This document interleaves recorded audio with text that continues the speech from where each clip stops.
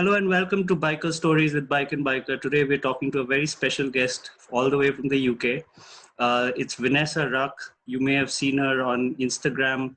The girl on a bike. Vanessa Ruck, she's been around for a while now. She's been riding various motorcycles from Harley Davidsons to KTMs to Triumph Tigers. Not been around the world, but done her fair bit in terms of riding in the UK and in Europe. So we'll talk to her a little more about that. So welcome to the show, Vanessa. Hi, thanks for having me on. Thank you so much. And Vanessa, how's the lockdown been in UK and what have you been up to during it? Yeah, the lockdown. So COVID-19 has definitely taken the world by storm, hey? In the UK, we went into full lockdown back in March. I think we were in lockdown for maybe 60 days, 55 days, pretty strictly. It was essential workers and essential shopping only. And otherwise, we were to stay at home unless we wanted to go out for 1 hour a day of exercise, which we were allowed to do in an outdoor space, for example, going for a walk in the countryside. That was obviously a little bit more difficult for people that lived in a city. I feel pretty lucky that I live in a town and not too far away from home. I can sort of access fields and riverside and stuff. So my husband and I were able to keep ourselves quite busy at home. We've got a little garden, we've got the big garage, and we kind of went into lockdown with a determination to come out of it feeling like we've achieved something. So we set to-do lists, job lists, all of those things like DIY in the house that we had been shoving aside and not prioritizing. And we made a mission to try and get through some of those jobs so that we could, feel like we've achieved something locked at home. And then for me on a sort of the girl on a bike side of things, I decided that, just because I can't ride motorbikes, it doesn't mean I can't share things about what I'm up to, help inspire and encourage people with home entertainment, home workouts. So I just continue to share and do what I do, but from a slightly different angle. So for example, we made a slack line in the back garden, which is like walking along a tightrope, great for balance on a motorbike, but also great for entertainment in lockdown. And just try to be a little bit more creative, basically. And yeah, it's been a lot of time at home that we wouldn't normally spend so much time at home. Very strange times, but I feel very lucky that for me firsthand, I haven't had any, family losses or illness from COVID-19. So my thoughts are massively out there with people who are battling it more on the front line or, firsthand experiencing the dramatic impact it's having on the world. It's pretty unprecedented times. Right. So, Vanessa, right now, I see you're in your garage. I'm always in the garage. Would you mind showing us around your garage? Is it possible for you? Yeah, I can. So you've got the workbench behind. This is going to be a little bit awkward because you're obviously on a laptop. You're okay. I thought you were going to be on your phone. So you've got the workbench behind. We have a full Tang tool setup, so everything is all in its foam. Full set of all the tools you'd want from Imperial and Metric, depending on the bikes. And then the other side, you've got Thug, my Harley Davidson. She's parked up because I've been on her quite a lot recently, so she's right in the doorway. We've got my husband and my Husqvarna. So we've both got TE 2-strokes. My mountain bike. We've got 2 Beta Evo Trials bikes. My husband's Harley Davidson. My old KTM, which I'm actually selling. And then on the end, if I don't trip over the laptop cable, we have a Super Soco TC Max electric bike, which I'm borrowing for a couple of weeks. And oh my goodness, if you haven't tried an electric bike, you need to. They are really fun, really fun. The power delivery and the torque. Yeah, it's pretty quick. Quite exciting. Absolutely, yeah. So you think you're going to get yourself an electric bike at some point in the future? Yeah, riding I one of would these? love one. I remember I rode a Zero motorcycle, which is a bigger electric bike. This is a little 125 equivalent, and then also the Energica SE6, I think it's called. And I mean, they are 0 to 60 in sub 3 seconds. I Wow. could definitely enjoy one of those, although I don't know how long I'd live. What about the range? I mean, what's the kind of range that you get on your bike? Yeah, range is always a big question. So with this bike, this is designed to be a rural commuter. Most people don't commute more than 20, 30 miles maximum if you're in an urban commuting environment. That's So right. this little guy will do about a 60-mile range if you're sitting at 30. So if you think about in a city environment, your average is going to be 20, 25, maybe up to 35, and you're going to get sort of 60 miles range, and it's very easy to charge. You can pull the battery out and take it into the office and put it under your desk if you wanted to, or if you've got the range to go there and back, charge it at night when you get home. So actually, for the purpose of that bike, it's perfect because it is a commute urban kind of zip around bike. If you're wanting to go on a weekend adventure, 60-mile range isn't going to be enough, but you've got to take these bikes for what they're kind of being made for. Yeah. Some of the bigger bikes, like the Energica, you're getting, depending how you ride it, because if you're, happy throttle, you're going to get a lot less range. But the Energica, you can get anywhere from 120 to 150 miles, and they have a DC fast charge. So I don't know what the electric vehicle charging infrastructure is like in India, but in the UK, most service stations, supermarket car parks even have electric charging points, and those bikes are actually compatible where you can do a 20-minute fast charge to about 60%. So range really is becoming less of a thing. But in people's heads, they feel like they're going to run out. But I don't normally ride more than 150 miles in one go anyway. I like a coffee, stop for a photo. Right. So, sorry, go ahead, Rakesh. Yeah, so I just wanted to your opinion on what do you think of the future if given a choice? Would you ride a bike with gas tank or would you ride an electric bike? I think the future will be electric because of the performance. The performance cannot be met with current technology from combustion engines. That torque and that power delivery is very difficult to describe how insane electric motorcycles pull at that torque.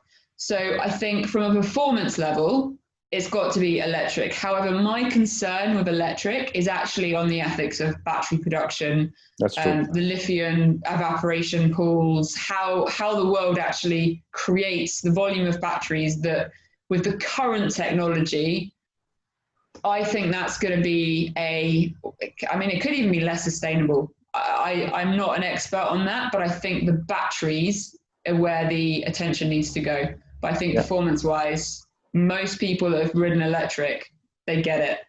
It's mad. So there are clearly two camps all over the world where people are saying that electric bike is a cleaner bike, but the fact remains the production of electricity and the production of batteries is equally devastating to this earth. So we don't know what's going to be the future. Yeah, I think technology, the rate at which they're advancing is incredible. And I think give it a few more years, hopefully we'll have some more sustainable, environmentally, socially, ethically responsible options as well. Absolutely. Yeah.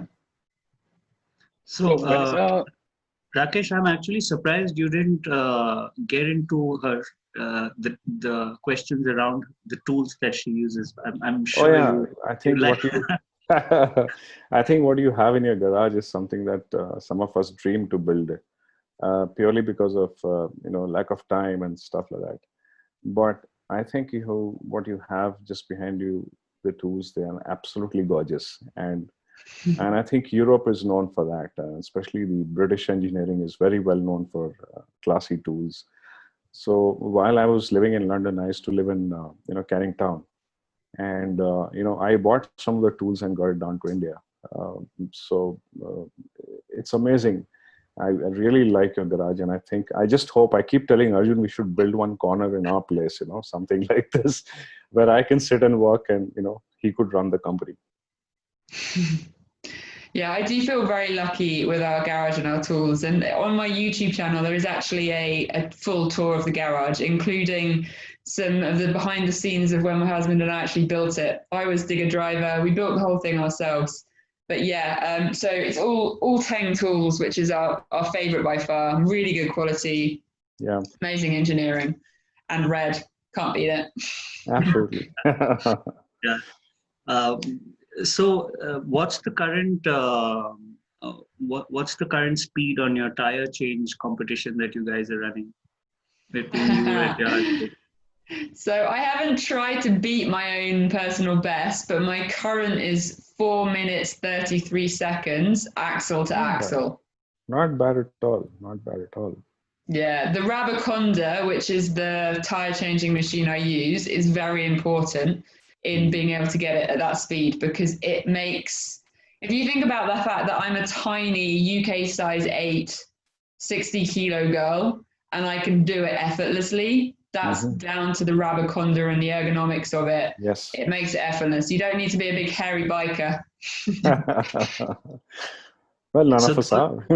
So those of for the people who are watching this, that time is basically taking it off the axle, changing the tire out, putting the new tire on, and putting it back on the axle in 4 minutes 33 seconds flat. That's. I don't think any of us can achieve that. Yeah, I think I'm sorry. I take 4 minutes to realize that I need to change the tire. No, in India, you're used to getting it done. There are done. video evidence on my YouTube channel too, so you can have a look. Yeah. And what is Rocky Monster's time on this? He is. Oh, was it? Actually, I think. Hang on. Oh gosh, that's going to bug me. I think I was about 12 seconds faster. I'm now thinking mine was 4 minutes 22. Hang on, I can look really quickly. That's gonna. It's one of those questions where you're like, hang on, I'm gonna look. I think I've said my time wrong. I think I've undersold myself. Yep, maybe. And that's getting worse for us. 4 minutes 22. 11 seconds faster. I think my husband was 4 minutes 33. So I think I was 11 seconds faster than my husband. And I'm not going to let him try and re-challenge me now. It's set. Wow, that's something. It's fun having a husband that we can have this fun and challenges with. Yeah, I'm very lucky to have him in my world. That's for sure. Sure, yeah, and it shows on your channel as well on Instagram. See, ironically, in India, we all pray for wives who love biking. And if you don't have a wife who likes biking, then most of the time they don't let you ride. So there are lots of guys who've been single, and Arib is one of them, who's sitting right here, who may get married one day and stop riding a bike totally because it's not safe, it's unsafe. And you have to be responsible for a family, so you can't ride. So I think a lot of us have this story in India. I think Arjun and I both started riding after college. I think we just got into a work and we started driving cars, and we had children and built a family. And then suddenly in the 40s, this midlife crisis hit us in the late 40s, and then we went and bought a bike. And I think we are fortunate that our wives do support our riding. So Yeah. In India, it's very common that wives don't like motorcycling at all. I've got to say it's the same in England. A lot of girls don't like bikes here, and a lot of girls will stop their husbands riding them, or they get married and the bike has to be sold. So don't feel like it's only there. It happens here too, unfortunately. Precisely why I'm not getting married though. So Vanessa, I just wanted to ask, where did it all start for you? What is your motorcycle journey? When was the first time that you thought that, okay, two-wheel is the thing? So there's a few points to this story. So I didn't grow up with motorbikes at all, but when I was 21, I moved to the Bahamas. I was doing a work placement as an intern during my undergraduate university degree, and I did marketing and PR for a company in the Bahamas on a remote island. And as an unpaid intern, I couldn't afford a car, but I needed a way to get around. So I thought, why don't I get a motorbike? I'd never ridden one, and there wasn't a motorbike on the island, but that wasn't going to stop me. I did some research, and I bought it's a Lifan 250, so it's a little dirt bike, kind of a Chinese wannabe Honda kind of looking bike, and had it shipped in. It arrived in a box. Back then, I had zero mechanical knowledge, so I was like, what do I do with this bike in a box? Thankfully, a bottle of rum and the local bush mechanic had it running together, and I was soon on my way. And I never remember learning to ride the bike. I'd always been, riding the quad bike or the lawn mower or driving cars. So I just kind of got on it and rode it.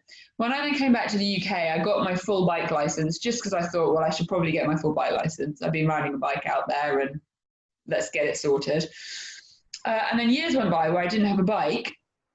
I then had the accident in 2014. And prior to the accident, I did my commute every day, which was 16 miles cycling.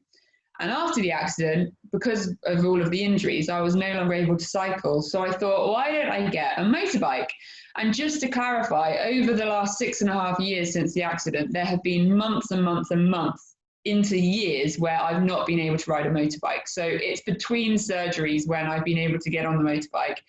And so I got a little Suzuki Bandit 600 to do my commute because I couldn't cycle, and the traffic into the city I worked in was horrendous. So I could save petrol, save time. And then the next part of this story is that my husband and I rode Harley Davidsons on our honeymoon in Texas. And for one of our wedding anniversaries, my husband is in the Royal Air Force in the British military. He was away in Afghanistan, so we missed our anniversary. The days when he got back, one of the weekends, I organised for 2 Harleys for an afternoon, just as an anniversary, kind of something nice to do. No intentions to buy, okay? This was just something fun. And this was at a point where obviously I was physically able to get on a bike, but I was very limited in my body in regards to doing any kind of sports or adventure. And anybody who rides motorbikes gets that. Most people who don't ride a bike go, well, how can you ride a motorbike with a hurt hip and a bad shoulder? But anyone who rides knows that you don't steer a bike like this and you're not holding the weight on the bike on your legs. And actually it hurts less to ride a bike than drive a car, because in a car, you're constantly moving your hip or you're steering. So anyway, back to the Harleys. I fell in love with the Harley, and I was like, I need this Harley.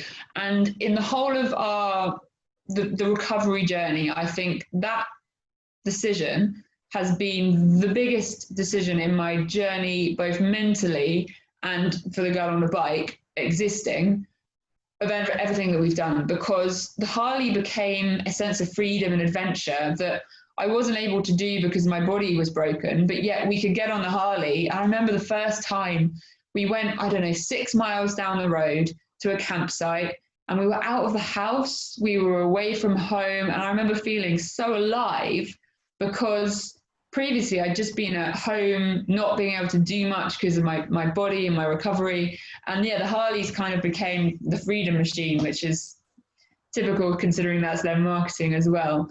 And so when my body then started to get better and I'd start pushing on my recovery, it was like, okay, you can start doing more. And my inner love for adrenaline and extreme sports, which is what I was all about pre the accident, kind of led me to wake up one day, don't know where it came from. And I turned on to my husband and I said, can I get a dirt bike? And he was like, what? Okay, yeah, where did that come from? But yeah, let's get a dirt bike. And we were very lucky, again, that we're in a position in life where we were able to afford to go and buy a dirt bike. And we got a really old secondhand Yamaha, and we had it. It was 5 months until I could even sit on it because I was post-hip surgery at the time, but I had it. It was sat in the garage. It was a goal. It was something that motivated me to do my physio every day, to get out of bed when I didn't want to and I just hurt. And then since then, oh man, I'm obsessed with off-road, hard enduro, and it's just kind of been a journey since then, really. So yeah, my like, how did you start motorbikes isn't quite, there's lots of bits. story. And that is one great story. Yeah, absolutely. Very brave. Very brave. I think in here, or I don't know if I'm sure it's there in the UK as well. If you're coming out of an accident, most people will tell you don't ride a motorcycle. That's even more dangerous than what you've been through, and so on and so forth. So I think it's commendable that you could get yourself to get on a motorcycle, get back on two wheels, and start this journey. And I think you're much happier for it. Yeah, definitely. And I think the key thing to think about in relation to that, so my accident, I was cycling, and so many people over the years have particularly turning around to my husband being like, she nearly died on a bicycle. Why are you letting her get on a motorbike? And the reality is just because an accident happened then, it doesn't mean it's going to happen again. And if it does, at least I'm making the most of what I can do and life. And you can't, the phrase in England is you can't bubble wrap yourself through life. That's what I always like to say. Sometimes you just got to get on with it. And there are risks, but most things that are fun come with some risk. Yes, absolutely. So in fact, I had a small accident on my commuter motorcycle about 10 years ago, and I broke my shoulder.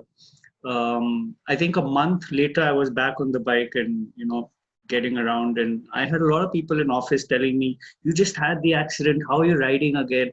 I was like, dude, if it's like, if you have a slip in the shower and fall and, fracture your leg, are you going to stop taking a shower? You're not. You're still going to go back there the next day. So I don't see why this is any different. So yeah, I think it's a lot to do with the mindset and, your will to get on with it, like you said. That's absolutely key. So, Vanessa, you showed us all the bikes that you have. Now, the thing that I want to ask is there anything planned, the next motorbike? An electric bike would be a dream, but, it's all about like financing, and I'm really happy with the bikes I have. I just want to start riding them again. I'm 7 weeks post my most recent hip surgery. So at the moment, I'm not riding off-road. I'm only on road bikes again now. And I just want to get back in the mud, really. I feel very lucky to have the bikes that I have, and I want to just enjoy them, really. Yeah, so adding to that question again, so the garage, is this your dream garage, or do you want to add some more to it? As in, would I want another bike? I think having a Tiger 900 or a GS would be pretty cool, but I don't really know what I'd use it for. I just love those bikes. I think I'm pretty content. I'm very, very grateful for what I have. Sorry. Well, I think you'll be the first one to tell us that you are grateful because everyone else needed something more. But she's already got 4 bikes in your garage already? Motorcycles? 4 each. Look like 4 each. There's 8 in here right now. One's for sale and one's the electric bike from Super Soco, which is on loan. So yeah, technically we have 3 each, and there's one bike that's not in the garage. So which is exactly why I can see why you're content. You've got one bike for everything that you do. You've got one cruiser, you've got one dirt bike, you've got one smaller bike which you do other antics with. You've got an electric bike just to keep you happy and get you used to an electric bike. So I wouldn't be surprised if you went out and bought another one a few days down the road saying, I really miss the electric bike. I need one in my life now. That's possible, right? Yeah, I might just not let them have it back. Don't worry, I'll edit this part out from the video so they don't know.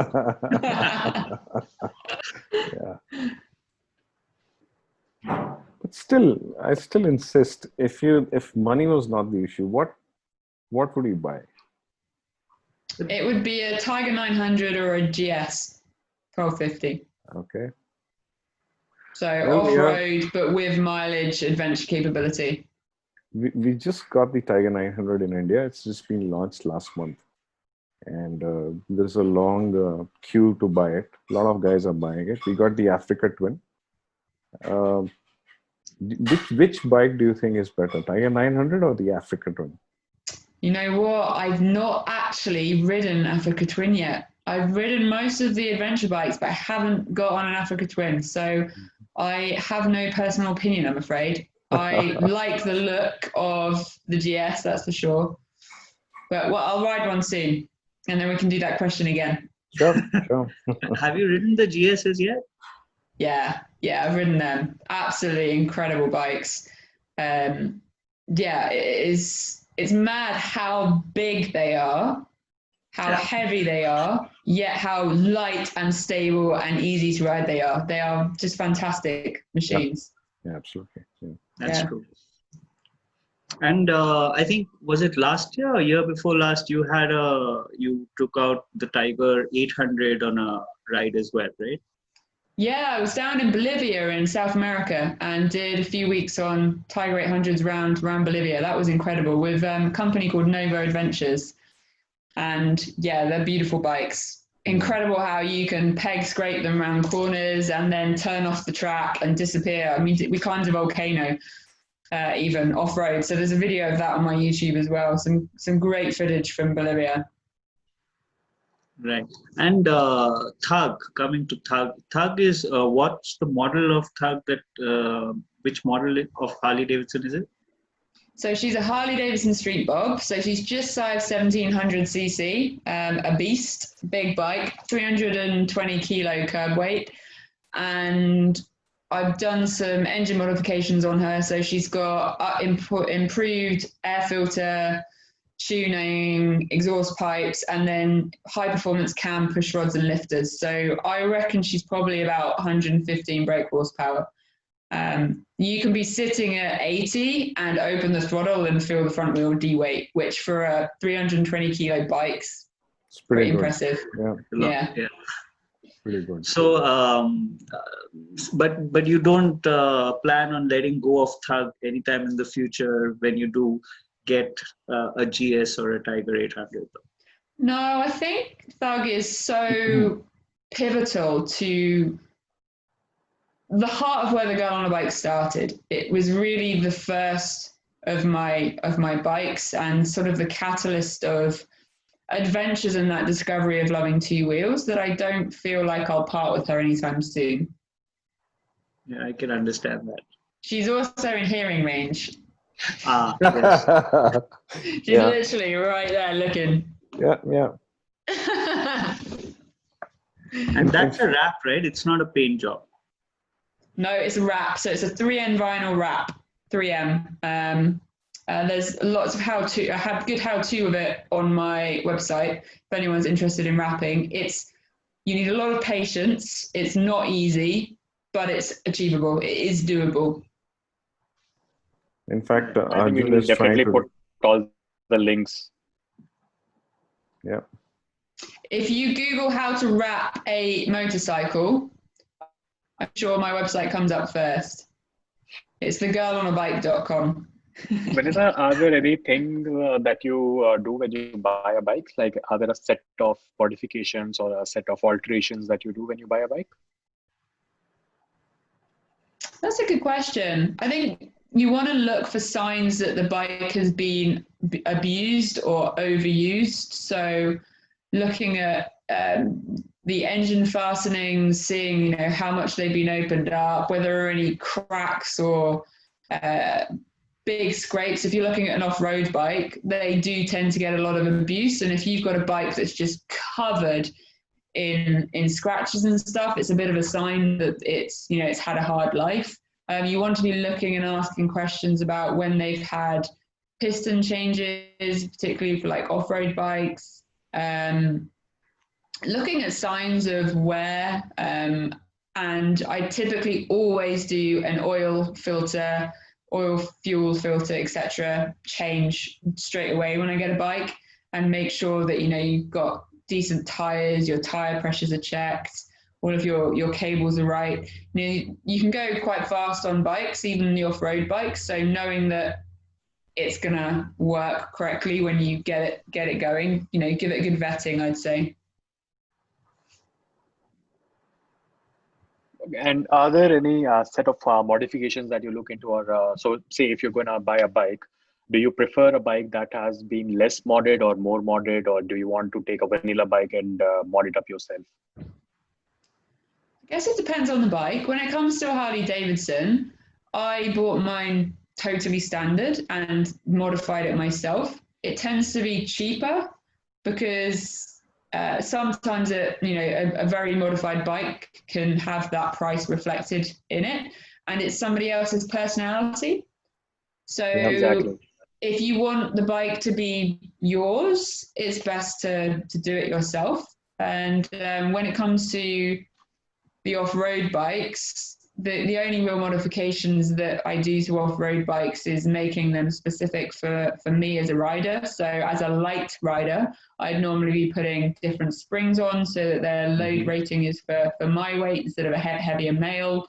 Putting protection on them so that when I flip it into a rock, it's not going to die on me. So those sorts of mods are pretty standard, I'd say, on the off-road bikes.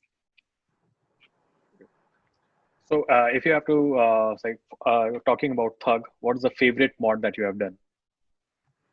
Favorite Thug? If you have to select one.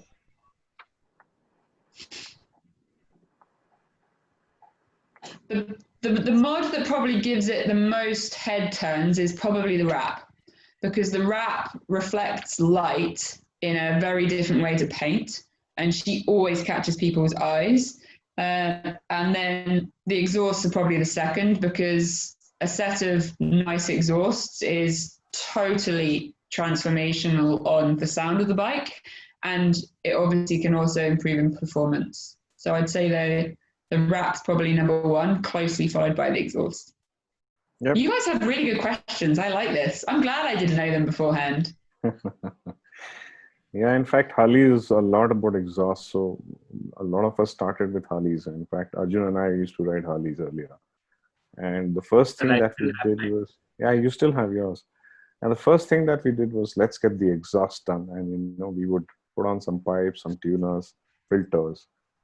And, the amount of love that you have for Harleys, unfortunately, it's slowly dying out in India.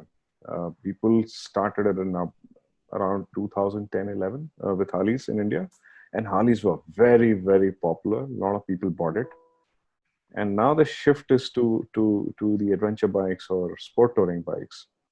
People are moving towards the BMWs and the Kawasaki's and stuff like that. So Harley is clearly on a downhill. Very few models, maybe a couple of their models sell well in India. Otherwise, they're just like not much. Yeah, unfortunately, Harley's sales are in decline, I think, in a lot of markets. Yeah. And the adventure bike market in Europe is definitely the biggest. I'm pretty sure the GS is I think the GS is the most sold bike in Europe. Yes, it is. Absolutely. Yeah. Yeah. You're absolutely right. It's because they can do everything. I remember before I rode a GS, I just thought that it was like, oh, well, it can't be that good. It's a jack of all trades. It's trying to be everything it's not. And actually, it does everything pretty darn well. Yes, it does. It's a beautiful bike. In fact, that's the reason why people are moving towards, a jack of all trades kind of bike. Very few people, even if you look at the sports segment, that also seems to be shifting. I mean, Arib, of course, is a big fan of sports bikes. But all of us, whether older or younger like Arjun, we all use sport touring or adventure bikes mostly. So as far as service, etc. is done, you do all the services for your bike in-house, right? You don't take it to a shop and ask for oil changes or anything? No, all done at home. Me and my husband will do everything. I don't think we would be able to afford to have the bikes that we have if we didn't do it ourselves. And a lot of the general maintenance of servicing that you can do on bikes isn't that hard. YouTube videos, owner manuals, most people without a garage even, we didn't always have this garage. For a while, the bikes lived in the dining room and in the house until we built this. So I think people are just a little bit intimidated because there is certainly a professional industry that doesn't want people to think that they can do it themselves. Yeah, no, in fact, there is another but you reason. can. Sorry, there's another reason for it. In India, basically, the labor is not that expensive yet. It's getting there. I mean, I think to service a bike, it's still fairly reasonable to service a bike within a service center. So people have not picked up this skill as, traditionally Indians don't repair things on their own. They have a guy for everything in their houses. So if there is a plumber issue, a plumber is called, and so on and so forth, different skill sets. So we don't, fix things at home as Indians. So my experiences while I was, living in London, I found that very expensive to repair things, that once my boiler went out and it was a simple fix. I think I realized that when a guy came in and fixed it and he charged me about $250. And I was like, what? That's pretty expensive. So traditionally in India, we don't service our bikes at home. We don't know how to do it, and it's cheaper to just get it done outside. Yeah, and also I think DIY is still catching up in India. Yeah. In fact, if you see your videos, if you post some videos which are DIY, there'll be a lot of interest. A lot of people will watch that. Slowly, people are learning that. So there's a lot of demand for DIY videos, how to change things, how to service your bike, etc. Yeah, but also I think with the coming electronic age of things in the bike and the electronic age of the bike with all the software and everything, the problem is that you can change the oil, you can change the oil filter, but doing the software updates, that becomes something that is not in your hand. Yeah. So something like that cannot be done at home, I think, and that is where these manufacturers are making money out of. So if you can actually work on your bike as much as possible, you can. But I think India still needs some time to get up there. So Vanessa, I have a question. So let's say you buy a brand new bike from the showroom, is there a compulsion to go back and service that bike at the service center, or you can do it at home and still have the warranty?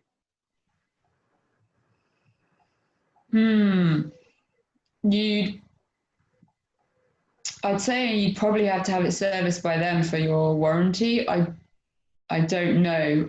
So with the Harley, we never took ours back in. We just serviced them ourselves. Okay. Mm-hmm. It's very expensive to take your Harley to a Harley dealer for a service. Oh yeah. Anyway, we know that. Yeah. So what are the basics that you do to take care of your bike? So obviously that many bikes need some, good TLC. So what are the basics that you go through maybe in a month or every fortnight? So I think a key one is keeping them clean. The process of cleaning your bike is also an opportunity to inspect your bike and spot damage or issues. Actually writing a list is quite important. So when we're out for a weekend doing hard enduro, you'll be riding along and thinking, that's bugging me, I need to change that. And then by the time you're off the bike, you're showering and washing the bikes down, you forget. The next time you get on the bike, you're like, I forgot to change that. That's really annoying. So actually writing things down, which, sounds really basic. You've then got the obvious things of tire pressures, oil levels, making sure that your brakes are clean, well bled. If you're running a chain, make sure that it's lubed. So before I ride the enduro bikes, every single time I will be putting chain lube on. They're probably the key ones. The Harley is a lot lower maintenance. It's got much lower service intervals, and it has considerably less abuse than the off-road bikes, just because of the nature of how you ride them. So the key one on that is the air pressure on the tires. It's probably the most important one that I do more routinely. Mm-hmm. Yeah, Harleys that way are much simpler to service and stuff like that. And for all these bikes that you have with you, do you put them on a tender or something to keep the batteries charged, or do you just turn them on once a week, or how do you handle that? Yeah, really good question. So they're all plugged into C-Tech chargers. So it's a smart, intelligent charger that will condition and then maintain their battery to an optimum level. They're not expensive devices in relation to the cost of a battery. And by having them, you can make a battery last 3 or 4 times longer and know that every time you want your bike, it's charged and ready to go. So they have a little pigtail, I call it, on the bike that's wired into the battery, pull into the garage, pop the charger on, and they just sit on charge. But that's a very good question, especially with lockdown, because a lot of people have had their bikes or their cars parked up, and then they come to use them and go, I've got a flat battery. And actually, when a battery goes fully flat, it can be quite detrimental to their life and performance. And sometimes if it runs flat, it will never be as good as it was. So, the cost of a trickle charger pays for itself over time, that's for sure. Absolutely. In fact, so C-Tech chargers is the one I use. C-Tech, okay. In fact, after the lockdown, we were about 42 days in Bangalore, and what we sold the largest amount were the batteries. I mean, we just, every day we would get an order, and we ran short of batteries. We've just got a second consignment in, and I think most of them are already sold out. So you're right, a charger really helps. So C-Tech is a very interesting example. I think, Arjun, we should explore that. But what we use is battery tender mostly here. Optimate. Now it's Optimate. Yeah, okay. Optimate chargers are very good. We use that. Yeah, truly. I mean, the battery and a lot of people have actually have had flats, tire flats, and they were just left out for 40, 50 days, and they had a tough time getting back, repairing those tires. So, Vanessa, again, when did you decide that you wanted to document all of this interesting things that you're doing on a bike and put it on YouTube or Instagram? How this change happened? So I was bedbound after my first hip surgery, my third surgery after the accident. So it was about 3.5 years ago. Gosh, it's been nearly 6.5 years. So it might have been four years ago. And I'll be honest, I wasn't in a very good place. Wasn't exactly happy. I was really struggling with the pain, the fact that I wasn't able to do anything with my body. And I was in bedbound, and I thought, you know what, I need something to just put some energy into. So I started the Instagram account, and I started off sharing photos of me from pre-accident, and I was a kite surfer, snowboarder, mountain biker, climber, snow kiting, and I was posting all these photos of how cool I used to be. I used to be able to do this, and then I ran out of photos because obviously I wasn't, making any. And at that point, I thought, well, what do I post now? And I decided to be honest, and I started sharing the reality of my battles. And I remember one day I posted a photo of me in bed, basically just saying, I just can't get out of bed today. I'm hurting. I'm done. And my followers got me out of bed. And I know that there have been plenty of other days where what I've been up to has, got them up doing something. And it's been a really nice relationship where I was able to connect with other people. People were able to connect with me and, share the experiences of life. And I think my biggest goal is that social media can be really toxic, because the world is really perfect and shiny, and there's these beautiful 9 squares on Instagram. And the reality is that life isn't perfect. People have battles, and I know that no matter what I'm going through, whether I'm having my 7th surgery or not, I'm very, very lucky. I've still got so much to be grateful for. Just the fact that I'm alive, the fact that I've got a roof over my head, food on the table, I've got so much to be grateful for. And I think in every moment when you think the world is the most horrific place, it's really important to actually step back and go, you know what, there's always something that I can find to smile about. And it's all those little things that you can try and add up that will overall give you more of a glass half full rather than a glass half empty kind of approach.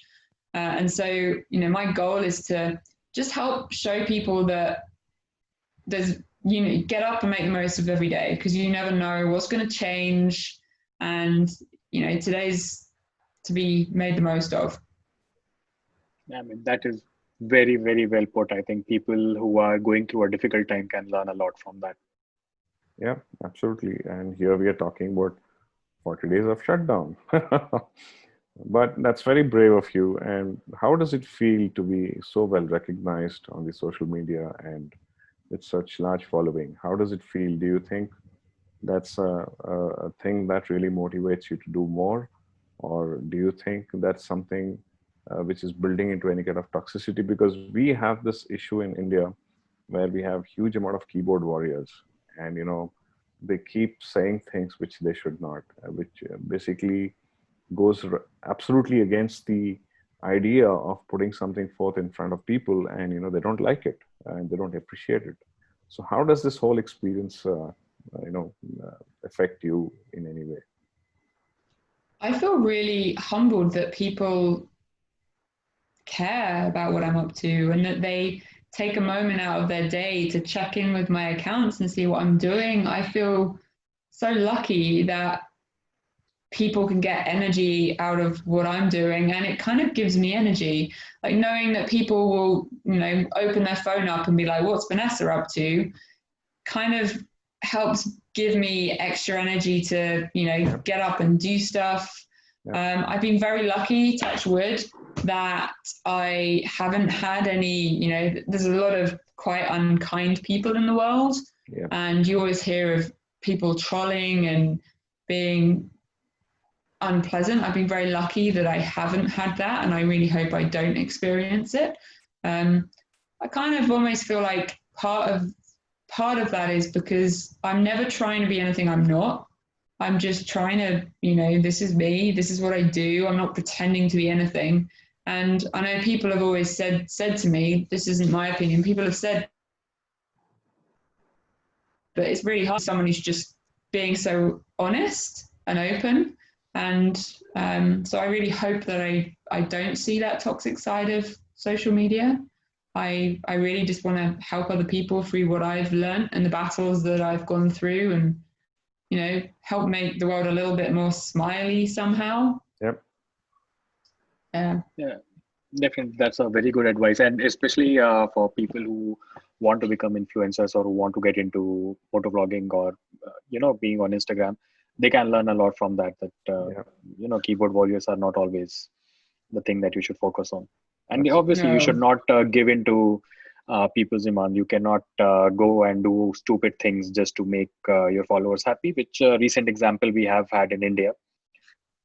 So so someone just did some illegal speed and put it on social media, and they even asked people to share and subscribe to his channel. Apparently cops, not apparently, I think actually cops have they got have him, seized right? his bike. This has happened just yesterday. Yeah. He was riding at 300 kilometers per hour in a city limit. So there is It's just a really unpleasant, selfish thing to do, because he could have ruined someone's world by causing an accident. And, you've got to be responsible. There's certainly, knowing that quite a few people look to me almost as a source of guidance in stuff is a little bit terrifying. I try to be responsible and sensible, but, I'm a little bit crazy sometimes too. So yeah. No, in fact, I hope I can put something good out there that, gives a little uplift. Yeah, so I think there's a fine line where adventure stops and craziness begins. So maybe that's the fine line that we should all be, identifying with our lives. So, Vanessa, you have ridden in so many places, and obviously you have ridden in your backyard as well. So, which is the most memorable ride, if you can pinpoint one, or maybe share an experience that has been very memorable? And if someone asks you, like just I'm asking you right now, which is your most memorable ride, that is the memory that pops up. Yeah. So immediately I'd say hard enduro in Sardinia, which is an island off of Italy. That was the most incredible hard enduro riding I've done. That was with Touringio Sardinia, a company there. If we were to take Harley road riding territory, it would be the Alps and the Dolomites with Tour One. So they're a company that route it out and plan all your hotels, etc. And we did one particular trip. We did 33 alpine passes, including the likes of Stelvio, Glossnockler, like some really famous alpine passes where it's just switchbacks and absolutely beautiful. If we were taking more of the adventure side, definitely Bolivia with No Adventures. That was mind-blowing. And then if we're talking in my backyard in England, my favourite hard enduro spot in England is Werndew Quarry, which is in North Wales, and it's an old quarry. So if you picture really steep stuff, rocks and logs and stuff that you look at and go, I couldn't walk up that. Yeah, we'll do it on a motorbike. Have you ridden in Scotland? I've been to Scotland, but I haven't ridden a motorbike there. So I've been to Scotland about 5 times. The NZ 500 is definitely on my radar. I was meant to be doing it in August on a BMW GS, but COVID has totally changed 2020. So yeah, it has changed a lot of things for us also. Yeah, even our 2 previous Harley owners, Rakesh and Arjun, they were planning to go to Spiti and Leh Ladakh this year, but again, COVID has definitely ruined all our plans. So Vanessa, Yeah. do you have any plans of any time coming to India and riding around? Have you thought of that? I would absolutely love to. Something that's always been on my radar is like doing Royal Enfield, and it's got to be that classic, right? Going into the Himalayas, and one day I'll make it work. So my husband actually lived in Delhi and Goa when he was a little kid. His father worked with Rolls-Royce, and so they moved around a little bit. And so he's been to India a few times, where he lived there, but I've never been. So it's definitely on my radar. I've just got to work out, how to make it happen, how to fund it, what to do. But one day I'll be there. Sure. So in fact, Goa is one of our favorite places. The largest biking community gathering every year happens in Goa. And it's a motorcycling event called India Bikers Week. And it's about 2 to 3 days, and we all have fun. That's usually in February. It's in December now. Yeah, so now it's in November, December. November, December Mostly. Yeah. So it's a beautiful environment, and you'll find everyone there. And talking of Enfield, have you tried the Interceptor yourself? The new motorcycle from The 650 Twins. 650. Nope. So it's something I would suggest you go and try it out. You'll be surprised at probably 4,000, 5,000 pounds it sells at brand new one. And it's a beautiful motorcycle, very close to the Triumph experience you'll have. Is this the new 600 single cylinder? Yes, the 650 twin. 650. It's a 650 twin. It's a 650 twin. I twin. think. Okay. Yeah. Yeah, I'll have to try and work out how to have a ride on one of those. Yeah, it's a beautiful. So it would be great if you ever think of coming to India. It'll be our honor to host you and your husband whenever he's here. Just let us know. We'll be more than happy to help you out. Thank you. That's very kind. Maybe plan during the India Bike Week time, so we can all go there together. So basically, it's Goa. A pilgrimage for all of us from Bangalore. We ride down to Goa. It's, I think, around 650 kilometers. Yeah. Okay. So it's a good ride. It's a good ride. We ride, and it goes through some interesting roads.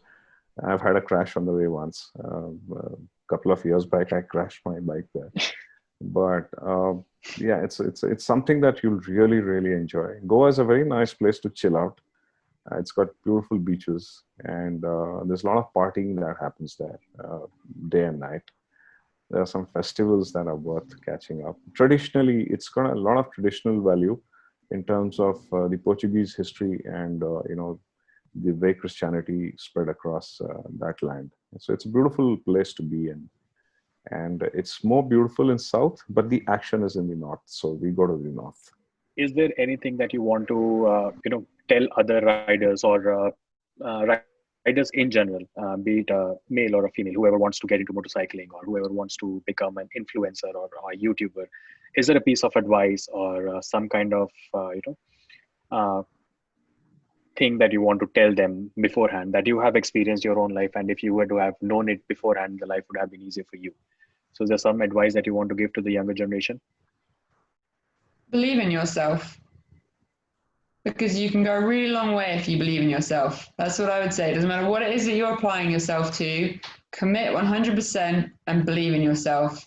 And every day take steps towards it. It won't happen overnight. Nothing that is worth having happens overnight. But set your goals, set short-term, long-term goals, and work towards it. It's hard work, but if you want to make something happen, anything's achievable if you put your mind to it, believe in yourself. That's what I would say. And if you're thinking about getting into motorbikes, stop thinking about it and do it. You'll be absolutely fine. It's not as terrifying and crazy as you think. I've actually got a YouTube video landing in the next couple of days with my 95-year-old granddad getting on a motorbike and riding around the garden, which was pretty special at 95. We're all waiting for that video. That was the Super Soco, right, that he was riding?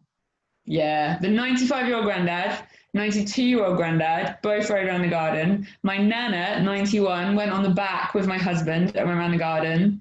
Husband's dad, mum, sister, brother, like everybody got on that little electric bike and had fun around the garden. It was magical. The sort of thing that was those grandparents and long past when they've unfortunately left us, we will smile about that day. It was magic. I really wish Arjun, all of us, we can also do it when we're that old. Yeah, I would be very pleased if I can still got a motorbike at 95. Yeah. Definitely. Provided your license still survives. Yeah, well, we were in a field, so he was okay. Thank you so much, Vanessa. It has been a pleasure talking to you. And we obviously all are in awe of you and your motorcycling. Thank you. We're looking forward for you to come to India sometime, and maybe catch up again on another video call someday. Yeah, absolutely. You've got my contact, so let me know anytime. And make sure you're following me on all my channels. Absolutely. Definitely. Thank you. Thank you. Thank you so much, Vanessa. Yeah.